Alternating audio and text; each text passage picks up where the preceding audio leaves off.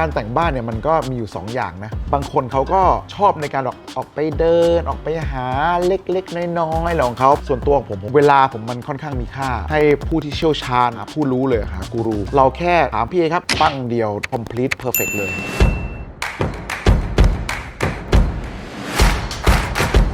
สวัสดีครับผม AA Balance นะครับวันนี้นะครับก็จะพามาดูบ้านหลังหนึ่งนะครับแล้วบ้านหลังเนี้ยก็มีคนมาถ่ายเยอะมากมีหนังสือมาถ่ายเยอะมากทั้งรายการทาง YouTube รายการทางทีวีจะพาเข้าไปดูข้างในนะครับพี่เอสวัสดีครับโอ้สวัสดีครับผมโอ้รบกวนหน่อยนะครับยินดีครับพี่โทษทีวันนี้แต่งตัวเซ็กซี่เพิ่งตื่นตาเรียวมากหน่อยเรียวมากครับชุดนี้เวอร์ซาเช่โอ้โหสุดยอดเลยชอนโอเคตกแต่งเป็นคนซื้อให้บุรณะตกแต่งบุรณะฮิรันจริงๆจะบอกว่าเมื่อ 2-3 วันที่แล้วเนี่ย Facebook on this day มันเด้งขึ้นมาว่าเฮ้ยวันนี้เหรอประมาณนี้เลยว่าเนี่ย5 ปีมาแล้วรู้หรือเปล่าว่าเราใช้เวลากับบ้านหลังนี้มากี่ปีแล้วโอ้โห5 ปีแล้วเหรอจริงๆมากกว่านั้นด้วย7 ปีครับ7 ปีแล้วเหรอใช่ที่เริ่มวันแรกที่เราเริ่มออกแบบกันเราออกแบบไปด้วยสร้างตึกไปด้วยใช่มันเหมือนกับคู่ขนานกันก็จริงๆแล้วบ้านนี้เนี่ยที่เห็นกันตามสื่ออะไรเยอะแยะนี่ก็คือเป็นผลงานมาสเตอร์พีซของพี่เอใช่แล้วเป็นคนออกแบบดีไซน์ทั้งหมดจากเรียกว่าจินตนาการของพี่เอ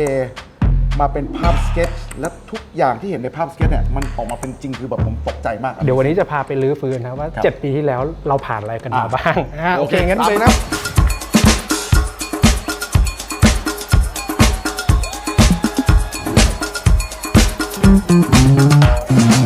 เรียบร้อยแล้วนะครับแต่งตัวเรียบร้อยคนหัวครัว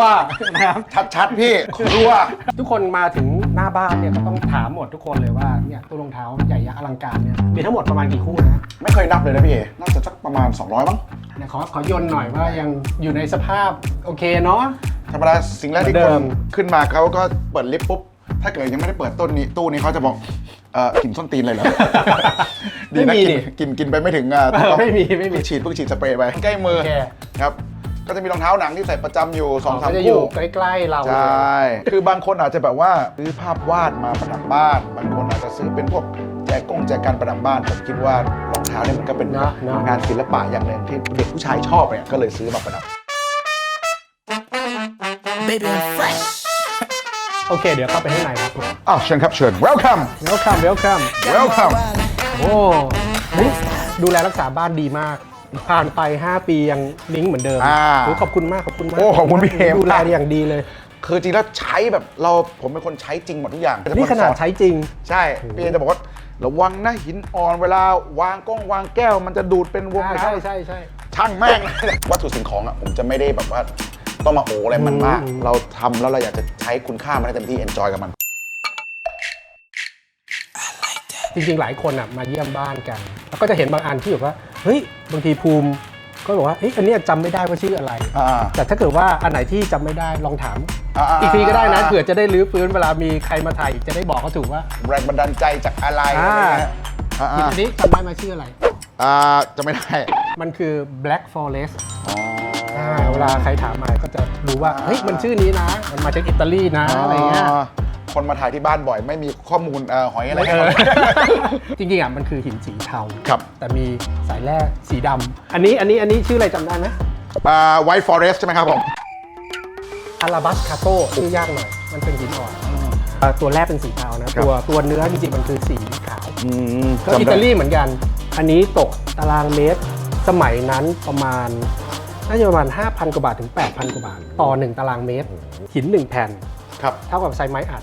แล้วเวลาเลือกตัดบางทีตัดแล้วคือเศษที่เสียเนี่ยคือเราต้องซื้อเขาด้วยนะเหรอคือมันก็เลยกว่าจะได้1 อันเนี่ยมันคือค่าเวสไปเยอะเหมือนกัน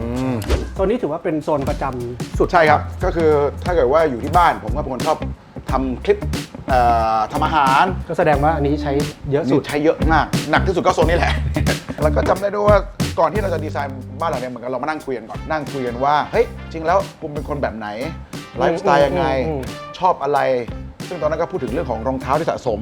ก็เลยถามเยอะใช่เนรมิตชุดรองเท้ามาแล้วก็ตอนนั้นชอบปืนพี่เอก็เลยบอกเฮ้ยเนี่ยจริงแล้ว inspiration ของเป็นหมุดเป็นอะไรเนี่ยมันมาจากคอปเปอร์ซึ่งเป็นกระสุนของปืนก็เลยแบบ มีความเป็นคาแรคเตอร์ของเจ้าของบ้านใส่รายละเอียดเข้าไปเกือบหมดเลย อีกอิเลเมนต์หนึ่งที่เราจะเห็นก็คือขนม้า ครับ นะตอนนั้นเรารู้สึกว่ายุคสมัยที่คนใช้ปืนกันเยอะๆต้องเป็นยุคคาวบอยคาวบอยเขาขี่ม้าใช่ก็ต้องมีขนม้า ทั้งหมดนี้กี่คอกจำได้ไหม จำไม่ได้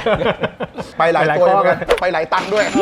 แล้วพี่เอกก็ชอบมาเอามาให้มาเปรียบเทียบไง ใช่ไหม อันนี้อาจจะตารางเมตรละ10,000นะ อันนี้อาจจะตารางเมตร20,000นะโอ้โหแม่งแพงมาเยอะเลยพี่ แต่ดูแล้วมันก็สวยจังเลยกิเลสแล้วก็คือเราก็สุดท้ายก็ไปของดีหมดเลยยังคิดอยู่เลยว่าถ้าเกิดเก็บตังค์ได้อาจจะแบบกลับมาเปลี่ยนตรงนี้ให้เป็นดีไซน์เดิมเพราะตรงนี้เป็นงานลดงบประมาณ ใช่แต่ก่อนเนี่ยออกแบบให้เป็นตัว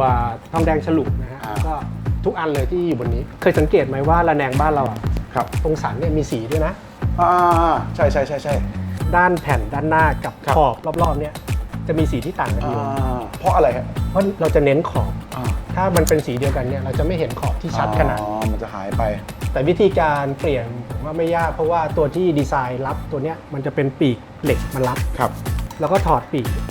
ดึงไม้ออก แล้วนี่เข้าไปเสียบเข้า เข้า ไป ไป สังเกตไหมครับว่าที่นี่ไม่มีดาวไลท์เลยนะครับเพราะว่าจริงๆตรงเนี้ยมันกลายเป็นแทร็กไลท์หมด ตัวรางเนี่ยเราจะซ่อนที่ด้านหลังของระแนงไม้เองนะครับแล้วก็จะไม่เห็นราง ข้อดีของการที่เป็นแทร็กไลท์ก็คือมันสามารถปรับเปลี่ยนตำแหน่งของไฟเนี่ยไปอยู่ตำแหน่งไหนก็ได้ทั้งรางเนี่ยนะครับแล้วก็สามารถปรับองศาการส่องของแสงสว่างเนี่ยไปตำแหน่งไหนก็ได้ที่เราต้องการเลยไฟที่ไม่จำเป็นต้องเยอะ แต่ว่าส่องสว่างได้ทั่วถึงเหมือนกันไปโซนโต๊ะกินข้าวกันครับ ครับ อันนี้ต้องยอมบอกว่านี่คืออีกหนึ่งข้อเสียของเบาะก็คือเบาะหนังเทียม หนังเทียมนะ เดี๋ยว เราใช้งานประจำเราใช้ จะ ทุ ต้อง กวัน ใช่เราต้องเอาไปเปลี่ยนละ เป็น ก็ จริงเลยไหม ใช่เอาไปหุ้มหนัง ใช้ทุกวี่ทุกวันอยู่แล้ว ดีอยู่ ครับไอ้ตรงที่ไม่ได้ใช้คืออีนี่ อีบาร์ตรงนั้นจำได้ไหมว่าไอตัวกระเบื้องที่ติดนี่มาจากไหนอะไรยังไง อิตาลีป่ะ ถูก อ่า ครับจริงๆมันเป็นกระเบื้องแก้วนะมันทำมาจากแก้วเป่า อ๋อ ของอิตาลีซึ่งจริงๆมีบริษัทที่นำเข้า ครับ มาจากอิตาลีเลย10 กว่าปีที่แล้ว ครับ บริษัทเนี้ยเป็นบริษัทที่เก่าแก่มาก ชื่อบิซาซา บิซาซ่า แล้วก็ตอนนี้เขาก็พี่น้องบริษัทเดียวกันแยกบริษัท แล้วก็คนที่เขาทำเอานำเข้าไทยเนี่ยใช้โน้ตฮาวจากบริษัทดั้งเดิมที่ ครับ มีอายุ100 กว่าปีเนี่ย อ่าม มาทำมาขายในประเทศไทย ถือว่าเป็นวัสดุที่สวยหรูดูแพง แต่จริงๆก็แพงเหมือนกัน ทุกอย่างในบ้านหลังนี้จำได้ว่าตอนที่สร้างบ้านเสร็จก็จะพี่ครับช่วยไปแนะนำผมซื้อพวกลูสเฟอร์หน่อยนะครับเฟอร์นิเจอร์บ้านมันทำมาขนาดนี้มันควรจะไปที่ที่ มันสมศักดิ์ศรี แล้วก็พาไปแถวทองหล่อ ทองหล่อเอกมัยทองหล่อย่านนั้น แล้วก็เนี่ยเจอพวกเชิงเทียน ทุกวันนี้ยังจำได้อยู่ อ่า เจ็บ ใช่ เจ็บจนจ เจอจ้ะ ำฟอนนาเซติใช่ปะ เป็นอาเซตติ Fornasetti ได้ใช้มั้งนะ ก็ตั้งโชว์อะไรเงี้ย ตั้งโชว์ แล้วเราก็เก็บใส่ตะกร้าเลยมันอันสักเท่าไหร่เชียววะแม่งอย่าง เฮ้ยได้ เก่ง อยู่แล้ว อย่างเก่งก็800-900เชิงเทียน สนุกเลยดูราคาแล้วเป็นหมื่นแล้วอีเก้าอี้เนี่ยแบ็กสเตอร์ใช่ไหม แบ็กสเตอร์ แบ็กสเตอร์โอ้ที่เล็งๆเอาไว้หน้าตัวประมาณสัก 4,000 บาท โอ้ไอ้นี่มาตัวเป็นแสนเลย ใช่ โชคดีวันนั้นเซลล์เยอะ ใช่ได้นั่งอะไรบ้างไหม เพิ่งใช้ล่าสุดคือเรียกช่างตัดผมมาตัดผมที่บ้านนั่ง คุ้ม ตัดผมใช่ธรรมดาไม่ได้ใช้เลยก็เป็นเหมือนกับเก้าอี้ประดับ แต่เขาก็ผมว่าสภาพยังดีอยู่ ครับแล้วผมว่ามันรับกันกับเก้าอี้ชุด ใช่ นี้ดี ให้มันสีใกล้เคียงกันเนาะอีกอันหนึ่งที่ไทยประดิษฐ์เหมือนกันก็คือโคมไฟ ใช่ เนาะจริงๆแล้วที่เป็นโคมไฟแบบเนี้ยฝ้าเราเป็นไวนิลขึ้นไปยึดไม่ได้ เราจะมีแบบอะไรห้อยมาจากข้างบนไม่ได้ เราก็เลยต้องห้อยจากกำแพงก็กลายเป็นกิมมิคของตรงนี้ไป คนชมเยอะมากแล้วมันมีเหมือนกับมีความยากลำบากความพิถีพิถันของมันเยอะนะ ความยากลำบาก ผมจำได้ มันใส่ใจเรื่องรายละเอียดหมดแม้กระทั่งไอตัวสายไฟที่เราต้องไปหามาพิเศษตอนโน้นมันใช้งานค่อนข้างดีเลย ตัวเนี้ยจำได้ตอนนั้นก็แบบมันทำยังไงเพราะตอนแรกทำแล้วมัน น้ำหนักนะ ใช่น้ำหนักมันก็ถ่วงลงก็ต้องพยายามแก้กันไปแก้กัน หลายรอบอยู่ เราเริ่มออกแบบตั้งแต่เดือน 7 ปี 2013 โอ้ว้าวไม่น่าเชื่อเลย ก็ 7 ปีมาแล้ว 7 ปีแล้ว ซึ่งรู้ไหมว่าการที่เราออกแบบไปด้วยแล้วสร้างตึกไปด้วยมันมีข้อดีอยู่ ครับ พอจำได้ไหม จำได้คือมันจะได้แบบค่อยๆมาด้วยกันเลย ก็มาดูจำได้ยังเป็นบ้านจัดสรรน่ะ ครับ ยังให้ขึ้นมาดูเลยวิวฝั่งเนี้ยจะเป็นโล่ง อ่า ๆฝั่งนี้เป็นโล่ง อ่า ๆตอนนี้ตึกขึ้นอย่างนี้เลย แม่งเลยตอนแรกกา วิวนี้จะดี วิวเทควิว วิวนี้จะดี เพราะตึกเนี่ยความยากของการออกแบบอยู่ที่เสาและเทอร์เลส ที่สองฝั่งสังเกตไหมจะไม่เหมือนกัน แล้วก็เสาที่นี่จะมีค่อนข้างแรนดอม แล้วก็มีขนาดที่บางต้นเท่ากันบางต้นไม่เท่ากันแล้วก็ต้องใช้วิชาบางอย่างในการแบบหลบการสร้างสเปซคิดสเปซใหม่ให้เข้ากับบุคลิกไลฟ์สไตล์นะที่เราเน้นโซนกลางสิ่งที่ยากที่สุดของบ้านหลังเนี้ยคือการอะไรรู้ไหม ขอตามเจ้าของบ้าน เป็นสิ่งที่ยากมากตอนนั้น คือจริงๆสิ่งที่ยากที่สุดเนี่ยคือการจัดเลเยอร์แปลนเดี๋ยวจะพาไปดูห้องน้ำนะครับที่ในห้องน้ำมีระเบียงด้วยเล็กๆตรงนี้ก็เป็นส่วนของห้องน้ำแขกนะครับก็จะอยู่ด้านหลังของบาร์นะครับด้านผนังนี้ฝั่งนี้จะเป็นบาร์ทั้งหมดนะแล้วก็ข้างในก็จะมีเป็นเทเลสเล็กๆนะก็อย่างที่บอกว่าที่นี่เทเลสจะมีแบบค่อนข้างแรนดอมนะฮะส่วนอ่างล้างมือนะครับตรงนี้เราก็เป็นกระจกเปลือยเลยนะครับเป็นเทมเปอร์นะครับเป็นเทมเปอร์กลาสแล้วก็เป็นหินที่เราต้องซ่อนพวกวงจรพวกงานระบบอยู่ด้านในทั้งหมดนะฮะตัวน้ำก็จะไหลมาเป็นแพรแบบนี้เลยซึ่งเสร็จแล้วมันก็จะไหลลงไปในซอกหินซึ่งตรงนี้ก็มีเอฟเฟกต์สวยงามโซนนี้นะครับที่ทุกคนก็ไม่ค่อยเห็นเท่าไหร่นะครับจะเป็นโซนของบันไดหนีไฟนะครับซึ่งตรงนี้เองอยู่ด้านหลังลิฟต์จริงๆถ้าเกิดเราจะเข้าบ้านเนี่ยมันจะมีซอกเล็กๆนะซึ่งจำเป็นมากสำหรับอาคารประเภทนี้และนี่ก็อย่างที่บอกกำแพงนี้ก็จะเป็น หนัง นะครับตรงนี้ เป็นอะไรที่ผ่านไปจะ10 ปีนี่มันกิ๊บเลยนะ เหมือนเดิม ไม่มีการที่แบบว่า มันสวยงาม เก่า เหมือนเดิ ดู ม เลยพี่เอทำไมถึงแบบมีดีไซน์คือแพทเทิร์นมันไม่แบบไม่เท่ากันหมด มันจะเป็นช่องเล็กช่องให จ ญ่ ริงๆมันไม่มี ช่องอะร ทฤษฎีหรอกนะมันก็แค่ดูแล้วแบบ เป็นดีไซน์ใช่ไหม ทำให้มันไม่เบื่อแล้วก็เอาสีอื่นมาแทรกบ้าง จริงๆแล้วตัวขนสัตว์หรือหนังสัตว์เนี่ยมันก็จะเหมือนกับอะไรเหมือนหินนะที่แต่ละแผ่นจะไม่มีแบบมีทางไม่เหมือนกัน ถ้าเราเอามาแรนดอมกันมันก็จะมีเอฟเฟกต์แตกกันด้วยทางของขน นี่ก็จะเป็นขวัญ เป็นขวัญ ตอนแรกต้องมีเขาเรียกว่าอะไรฉลุใช่ไหม ซอล่อง เสาะล่อง อีซอล่อง นี่ก็หลายตังค์อีกจำได้ แต่สังเกตดีๆเนี่ย ครับ หินตัวเนี้ยวิธีการปูจะปูแบบซอล่องเว้นปูชิด อ๋อเหรอ ซอล่องเป็นปูชิดซอล่องเป็นปูสังเกตไง จับเห็นไหมครับอันนี้ปู อัน ชิด นี้ปูชิด อันนี้เสาะ ซ ล่ อ อง ล่อง ทำไมเราเสาะล่องไปเพื่ออะไร มันล้อตามแพทเทิร์นของผนังอยู่ จะใช้วัสดุที่ไม่เสียเศษเลย ครับ แต่สังเกตนะครับเต็มแผ่นเนี่ยไปเรื่อยๆจนเต็มแผ่น ครับ มันจะไม่เหลือตัดใดๆทั้งสิ้น แม้กระทั่ง พื้นเหมือนกัน ก็ ใช่ ปูแบบเป็นแรนดอม แรนดอมเหมือนกัน เพื่อให้มัน ลิงก์มากับ ดี ผ ไซน์ นังลิงก์กับทั้งหมดเลย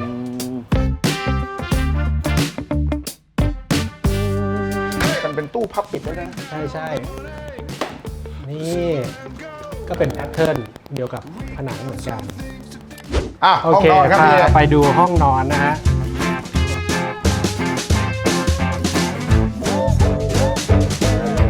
ด้วยเสาด้วยอะไรเงี้ย มันมีพื้นที่ต้องทิ้งเยอะ ใช่ ผมก็รู้สึกว่าเสียดายพื้นที่เพราะสมัยนี้มันตารางเมตรนึงมันก็ไม่รู้กี่แสนแล้ว ใช่ ก็เลยแบบให้พี่เอแบบแทนที่เราจะเอาเป็นพื้นที่ทิ้งเนี่ยเรามาทำอะไรได้บ้างก็เป็นตู้ซ่อน แต่บางส่วนนี่ก็เป็นระเบียงเนาะ ใช่ครับ มันทะลุมาด้านหลั ระเบียง ง ตรงนี้ก็จะเป็นตู้ที่แบบซ่อนปืนซ่อนซ่อนหญิง ของมีค่าซ่อนหญิง เตียงนี้สามารถแบบเลื่อนได้เนาะ ครับ เลื่อนหมายถึงว่าเราสามารถเอา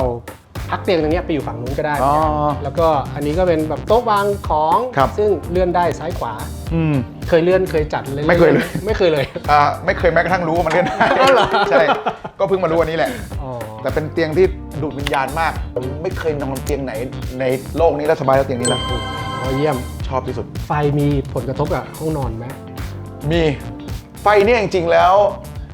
ด้วยการที่มันเป็นการผสมสีเนี่ยทำให้เวลาถ่ายภาพมันไม่รู้จะเพี้ยนหรือเปล่ามันจะออกมาเพี้ยนๆหน่อยไหมในการใช้ชีวิตจริงอ่ะมันค่อนข้างลงตัวเพราะว่าบางทีผมแบบมีเพื่อนๆมาปาร์ตี้มันสามารถเปลี่ยนเฉดได้เปิดเพลงเปิดไฟ จริงๆเปิดเพลงเนี่ยมันมาถึงห้องนี้เลยไหม คือระบบเครื่อง เราลิงก์หมดเนอะ เราห้องน้ ไป ำ หมด ใช้ระบบเครื่องเสียงตัวเดียวกันหมด ไปจนถึงบ้านข้างๆด้วยเหมือนกัน ตำรวจด้วย ตำรวจ ลิงก์ไปถึงกันหมดเลย ก็เปิดสามารถทะลุออกไปเป็นโซนออกกำลังกายได้ ตอนแรกๆเหมือนกับว่าจะเป็น outdoor ซะส่วนใหญ่แล้วตอนหลังก็ มีทำม่าน มาปิดใช่เป็นม่านแบบอันนั้นหมดเลยม่านอิเล็กทรอนิกส์ มีประตูปิดได้แอร์ออกไปได้ไม่เป็นไร จำได้ตอนนั้นครั้งแรกที่ทำก็มีปัญหาตรงที่ว่าเราใช้ไม้จริง ใช่ แล้วก็พอไม้จริงเนี่ยมันเจอน้ำจากในสระกระเด็นออกมา ความร้อนอีก ใช่มันสามารถบวมได้ก็ ยืดหด ต้องเปลี่ยนมาเป็นกระเบื้อง กระเบื้องลายไม้สระนะฮะอย่างที่บอก ใช่ไม่ค่อยได้ใช้แล้วเนี่ยเคยใช้อยู่ครั้งสองครั้งแล้วก็หลานมาเล่นอะไรเงี้ยหลานก็น่ารักว่ายไปว่ายมาเรื่องภูมิหนูฉี่นะคะเรามาเป็นทางเลย โอ้โหทันไหมฮะตอนนั้น เคลื่องหลานออกจากสระเกือบไม่ทัน ห้า จาก ลูก Farm Instinct นะครับคือ Mr. Sex Man นี่มาตอนช่วงแรกๆตอน คือ บ้าน ใช่ครับคือผมเนี่ยไปงานแกลเลอรี่ของ Mr. Sex Man จริงๆแล้วคือนักร้องนำวง Instinct นี่แหละพี่ปาล์ม ครับ แล้วก็ชอบคอลเลกชันนี้ ดูมันแบบว่าเซ็กซี่มีความเป็นโมเดิร์นอาร์ตสไตล์เหมาะกับบ้านเราดี ก็เลยบอกพี่ปาล์มว่าเนี่ยถ้าเกิดว่าบ้านผมเสร็จเมื่อไหร่อ่ะเดี๋ยวผมถ้ามีตังค์จะกลับมาซื้อนะ แล้วทีนี้ก็ไปงบประมาณบานปลายมาก ก็เลยไม่ได้ซื้อของเขาก็เลยเอามาให้เป็นของขวัญขึ้นบ้านใหม่ ทางนี้ก็จะเป็นห้องน้ ครับ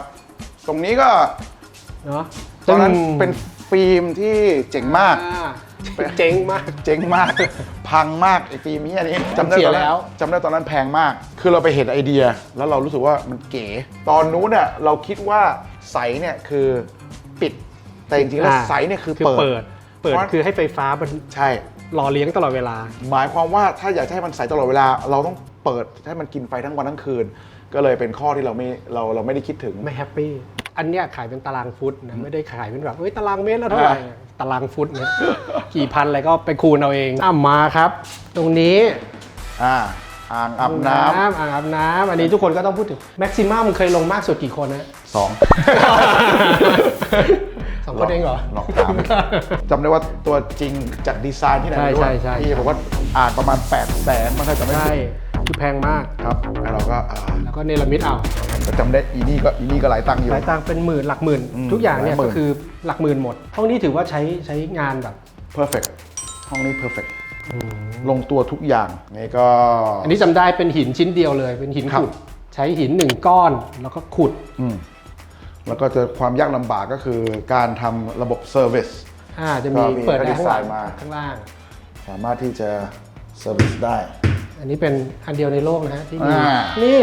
ส่วนด้านหลังตรงนี้ก็จะเป็นห้องอาบน้ำแล้วก็ห้องชักโครกนะฮะ ครับ แล้วก็จะใช้ไฟแค่แผงเดียวในการ ครับ ส่องสว่างระหว่างห้องอาบน้ำแล้วก็ห้องชักโครกอันนี้ก็จะมีเทอร์เลสให้แสงธรรมชาติเข้ามา แล้วก็เป็นแสงร่วมกันดูลาวิดสมัยก่อนนี้ถือว่าไฮเอ็นมาก แล้วก็เป็นสุขภัณฑ์อัจฉริยะรุ่นแรกๆของประเทศไทยเลยที่ใช้ไฟฟ้าแล้วก็มีรีโมทด้วยนะ ใช่ไหลเข้าไปก็จะเป็นห้องเก็บเสื้อผ้า ห้องเสื้อผ้าถือว่าพอไหม จริง ๆ แล้วอ่ะสำหรับตัวผมอะพอ แต่ตอนนู้นอ่ะมันด้วยการที่เราเป็นผู้ชายโสดไงเราก็เสือกไม่ได้คิด เข้าใจละ เผื่อว่าถ้าสักวันหนึ่งมีแฟนหรือ นะ มีอะไรเขาต้องมีพื้นที่ของเขาอะไรเงี้ ถื ย อกระเป๋าไปกลับไม่ใช่ไงแต่ที่บอกตรงนี้ก็จะมีเทอร์เลสนะฮะ ครับ ก็จะไซส์เดียวกับห้องน้ำทางนู้นเหมือนกัน ตอนแรกก็คิดว่าเราจะได้เทควิวสวย ๆ ๆบ้าน เป็นไง ข้า ล่ะ งๆก็ขึ้น อีกมุมหนึ่งมันเทควิวไอสัตว์ขึ้น บ้านหลังนู้นเซอร์ไพรส์มาก อ มาอีกครั้งหนึ่งคืออ้าวมาจากไหนครับ ใช่อยากปรึกษาพี่เหมือนกัน สมมุติว่าไอเนี้ยถ้าเราเอาฟิล์มนี้ออกเราจะทำอะไรยังไงได้บ้าง ที่สมมติว่ามีแขกที่เขาเขินแล้วมันสามารถที่จะปิดได้แต่ส่วนตัวผมชอบความใส ม่านเลยฮะ ออกม่านเลยใช่ไหม ม่านไฟฟ้าแล้วมัน แต่ที่นี่มันจะปิดมันก็จะมาโดนตรงนี้ด้วย ต้องขยับออกไปหน่อยขยับ อ๋อ ถ้าตรงประตูต้องขยับเข้า ถ้าตรงนี้แนะนำเป็น3ชิ้น อ่า ชิ้นกลางแล้วก็ซ้ายขวา อ่า เโอ้สบายก็ได้ความรู้สึกเหมือนแบบ7 ปีที่แล้วกลับมา อย่างที่ชอบมากคือพอได้แพลนล่วงหน้าเยอะ จะสังเกตดูว่าบ้านหลังเนี้ยมันไม่มีสายไฟห้อยตรงเตงท่อเทอร์คือมันเก็บไว้มิดชิดหมดทุกอย่างเลย อันนี้ถือว่าเป็นบ้านหลังแรกของเราไหม ใช่ครับ ผมเคยทำคอนโดมาก่อน มีซื้อคอนโดแล้วก็ซื้อห้องแถว แต่ว่าคอนโดก็คือ ตอนนั้นแต่ง แต่งเพื่อเช่าไม่ได้ซีเรียสมาก อ๋อ นะครับแล้วก็ห้องแถวก็ทำเป็นร้านอาหารให้เขาเช่าอะไรเงี้ยมันก็จะเป็นแบบว่าเอาโล่งๆไปก่อน แล้วก็ ถึงเวลา เขามาทำเอง เอาโต๊ะมาวางทีวีอยากจะวางตัวไหนก็แล้วแต่มึงจะเอาตู้เย็นไปวางไหนก็แล้วแต่มึงอะไรอย่างเงี้ย จริงๆแล้วเราเคยใช้ดีไซเนอร์มาก่อนหรือเปล่า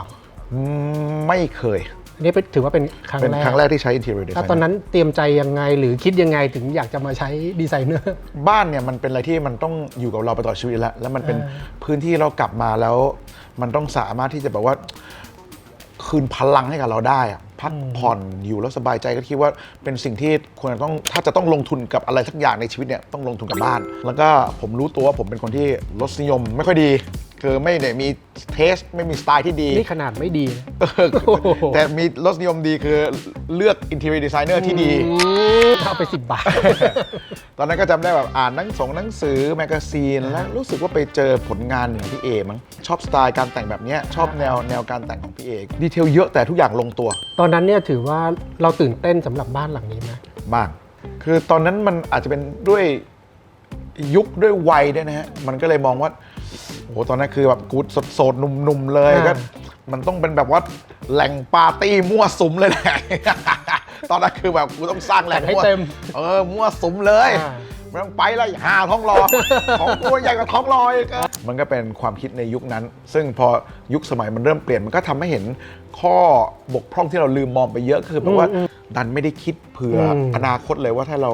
มีภรรยามีครอบครัวแล้วมันจะเป็นยัง จั ไง ดพื้นที่แบบของเราเต็มสูบ ใช่ พอยังจำได้ไหมว่าเราคิดว่าเราอยากจะเตรียมงบเท่าไหร่ ตอนแรกเหมือนจะสัก2 ล้านบ้างล้าน2 ล้านแล้วก็ไป ก็ดู 3 จะ ไป4ไป5แล้วก็ไปไหนไม่รู้ตอนนั้น น่าจะเลยหลัก10 น่า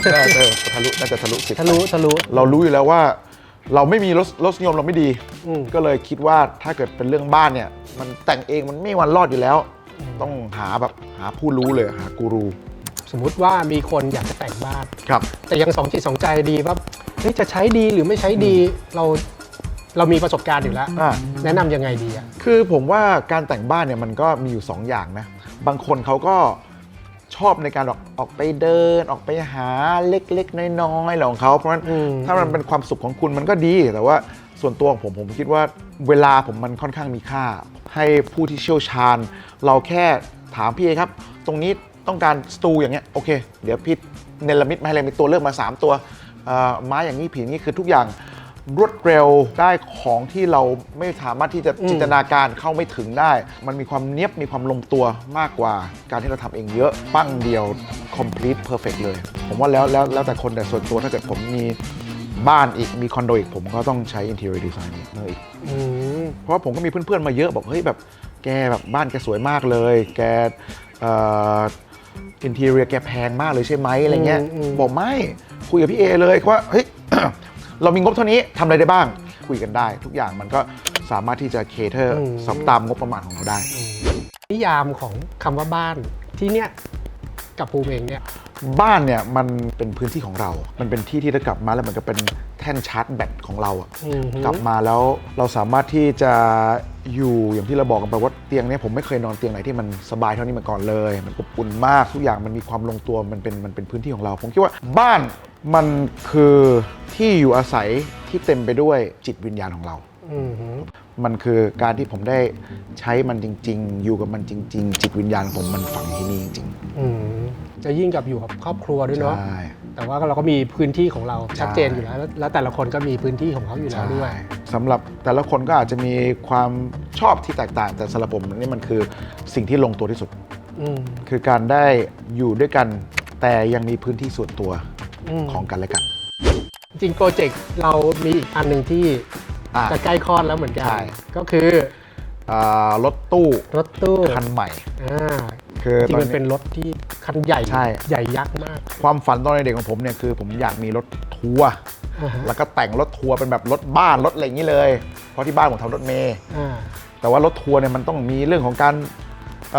ใบขับขี่พิเศษวิธีการจอดก็ลำบากมันใหญ่ก็เลยกะว่า